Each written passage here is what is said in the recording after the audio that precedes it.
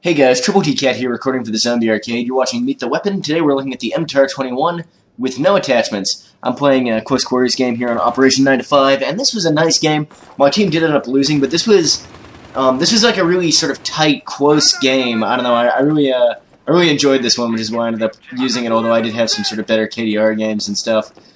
This was like a 5v5 for most of it. I think at the end the enemy team actually had 2 more players than us, but this is sort of a low player number. It was like a really intense game. A lot of, checking my corners, listening for footsteps, all that kind of stuff. So anyway, it was a cool game. But on to speaking about the weapon.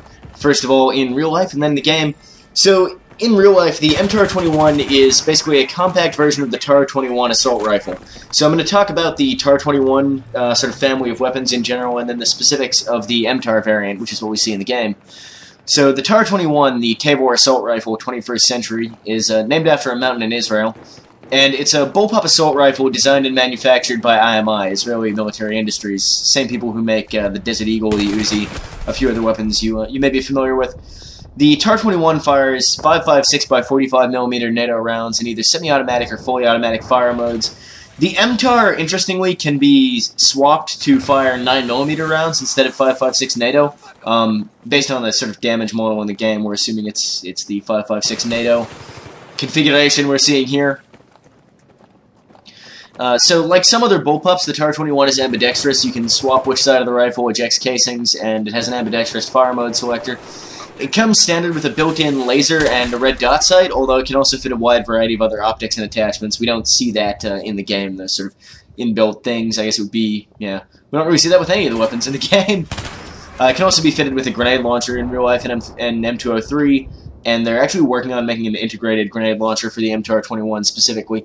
The weapon uses the same Stanag magazines used in the M16 and a lot of other 5.56 assault rifles, so it's got that, familiar 30-round capacity.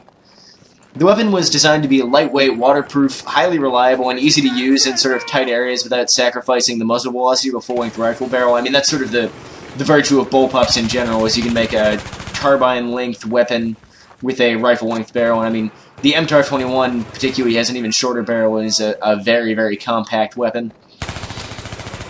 It fires at around 800 to 900 rounds a minute and has an effective range of about 400 meters. So the MTAR-21, which is the micro Tabor, as seen in the game, is, as I said, it's a compact version of the rifle. It has most of the same features as the full-length TAR-21, but it uses a shorter 13-inch barrel instead of the 18.1-inch barrel in the full-length TAR. Currently, the TAR-21 is the standard rifle of the Israeli military, but there are plans to replace it with the MTAR in the future. And the TAR-21, or one of its variants, is used in a smattering of other countries, about like 10 or 15 or something, including Vietnam, India, and Brazil. So that's the gun in real life. In the game, this is... At first I kind of felt like this gun was ridiculously OP. I don't really feel that way anymore, but I do think this is probably one of the better carbines, at least close up. I'm playing on close quarters here because, although the engineer class isn't really the most relevant thing in the close quarters DLC, this is a very, very good gun at close range. It has that bonus to hipfire accuracy from the bullpup design. It does sort of standard carbine damage, and it has an absolutely brutal rate of fire and quite controllable recoil. So, I mean, it's a really, really solid gun up close. You can bring people down very, very quickly. You see there me taking out 2 guys with it with extreme ease before I got spaz 12'd. I'd say there are some downsides to it, though. It has a pretty low base accuracy. It tends to spray a bit. It's not the best gun at medium range. It's certainly, if you go into single fire in particular, it can certainly still be accurate at medium range, and if you're careful with your shots, but it's definitely more focused at short range encounters. Again, I mean, you can set it up with a heavy barrel, and that makes it a bit better at medium range as well, at the expense of adding some more recoil. So there are different loadouts you can do with it, but it's mostly a short range focused gun due to that sort of somewhat lower accuracy.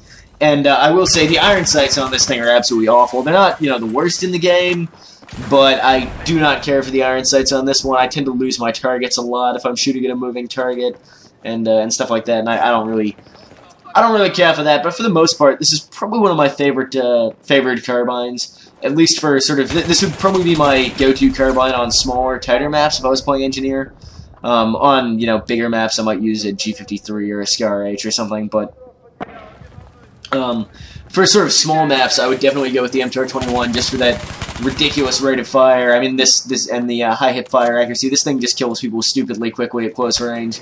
So definitely a good one to unlock from the Close Quarters DLC. Definitely a worthwhile weapon to get and play around with. See if you happen to enjoy it. You know, it's kind of weird because it's definitely a solid weapon, but I personally don't enjoy using it that much. I guess, I don't know, I don't really like the feel of the weapon personally that much. Although, you know, it's definitely easy to use. There's nothing wrong with it. You know, there's not huge amounts of recoil or anything. I don't know, it just doesn't feel that dope to me, so I'm not really a huge fan of using it. And aside from that, I tend to prefer weapons that are a bit stronger at medium range. And finally, I don't know, the way it looks doesn't really speak to me that much, and as we've been through before, you know, how your weapon looks is pretty much the most important thing on the battlefield. You need, as I've said before, that battlefield swag, and for me, this gun is just kind of funny looking. I know that, you know, that might seem like I'm sort of picking at, you know, strands, and like it's not that big a deal, but to me, the appearance of my weapon is important, guys. I need something that I'm going to feel comfortable with having in the right side of my screen the entire time I'm playing. Although I suppose the TAR-21 could look less awesome. I personally am not a fan of its appearance. I think that pretty much covers the weapon. You can see me there, hip spraying two guys really, really brutally with it. I heard some footsteps up there. This is why I pulled out my pistol. I think I don't remember what happened here exactly. I was listening. I was spending a lot of time in this match, you know, listening for footsteps and stuff like that. It's really important in close quarters that you have that kind of situational awareness. You're paying attention to where people are going to be, where they're going to come from. Especially, yeah, you can see there they've got a couple more people than us now, and the game's starting to get a bit more full. But yeah, it's really, really important that you're paying a lot of attention in close quarters. I find when there's only a few people in particular, you really need to be sort of on the ball. I was kind of disappointed. At DreamHack recently, there was a BF3 tournament, and they were playing 5v5 conquest matches on like the smaller maps, so it wasn't too slow. They were playing like Bazaar and Metro and a couple other maps, I think. And I thought that was really dumb. I mean, I don't think BF3 is a particularly good game competitively anyway, because a few things, the balance is a little bit messed up in some. I mean, the balance overall was pretty good, but it was M16s all day, every day in the competitive matches for the most part. And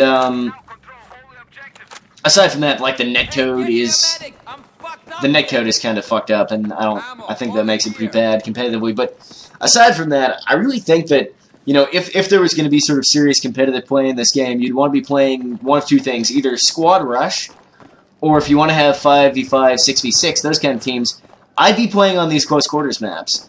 I honestly think that, I mean, these maps are maybe not the most fun in the game for the average player, and with too many people, they can become ridiculous clusterfucks, particularly a problem on PC where you get 32, 48, 64 player servers of close quarters. But when you've got these maps and you're running with only 5 or 6 people a team, I feel like the way the maps are designed and stuff, it really promotes, you know, players with good situational awareness, good tactics, and I feel that, yeah, I mean, I really feel that these would be the better maps in the game for competitive play, and I was kind of disappointed to see it at DreamHack, since this was out, them playing those 5v5 conquest. I mean, again, it was slow, too, because, I mean, we're talking about maps designed for 24 or 32 people with 5 aside.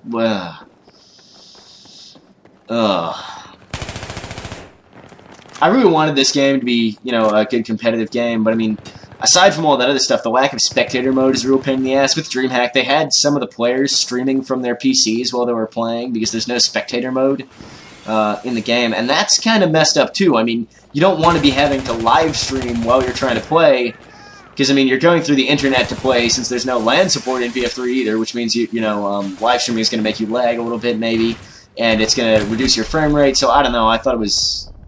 This game... It's kind of weird, because it seems like DICE wanted their game to be supported by the competitive community and stuff as well, but DICE did not support the competitive community when they made their game. I know I'm going off on a bit of a tangent here, not talking about the weapon, but I don't know, it just bothers me, because DICE was talking a lot about how they wanted their game to be in tournaments, they wanted their game to be a competitive title, but then, you know, no spectator mode, the shoddy netcode. They just, I don't know, it's weird. They wanted the competitive community to embrace them, but they didn't embrace what the competitive community needs from them for that to happen, so whatever. To segue back into getting towards the end of the video here, to segue back into what I was supposed to be talking about, or the main topic of the video. MTAR-21, pretty dope weapon. Definitely recommend it. As you can sort of see, this game started out a little bit rough for me. I ended up picking up a lot of kills, sort of in the middle and towards the end here. Unfortunately, couldn't pull through a win with my team. You can see here I was trying to stick on the objectives, hold what we had, take out enemy points, but couldn't quite get there in the end, and the enemy just... I thought this was a really good match. The enemy beat us by a pretty long way, but it felt like... It still felt sort of even to me. I don't know. I didn't feel like we were getting horrifically dominated, even though the enemy won by quite a bit. We got outplayed, and that happens sometimes. I don't get mad about it. I guess, yeah, I don't know. I rarely get mad in BF3 anyway, because I have a hard time taking it that seriously for a variety of reasons. I have a hard time taking any game that seriously these days, to be honest. I'm just in it for the lulz, guys. But I really like this game. It was a nice sort of tight, close, competitive game. I enjoyed it. I like games where I feel like I'm actually having to play the fuck out of the game, where I feel like, I'm trying to win, I'm trying to focus up and beat the enemy team, and there's actually like a good level of resistance. I don't know, it's weird. Basically I don't enjoy the horrible steamrolling you see a lot, and this game wasn't like that. We lost pretty substantially, but I always felt like we were actually competing. We were never getting stuck with no points for a huge amount of time. I was never, spawning and dying constantly. That didn't really happen to me. So this was a cool game. I hope you guys liked the video. I hope you enjoyed the gameplay. I know I enjoyed recording this gameplay. As I said, I got a few better KDR games that day when I was recording for this, but I decided to use that one because I thought it was cool. Anyway, that's the end of this video. MTAR-21's pretty dope. Some stuff about the Battlefield 3 competitive scene I think I said in there.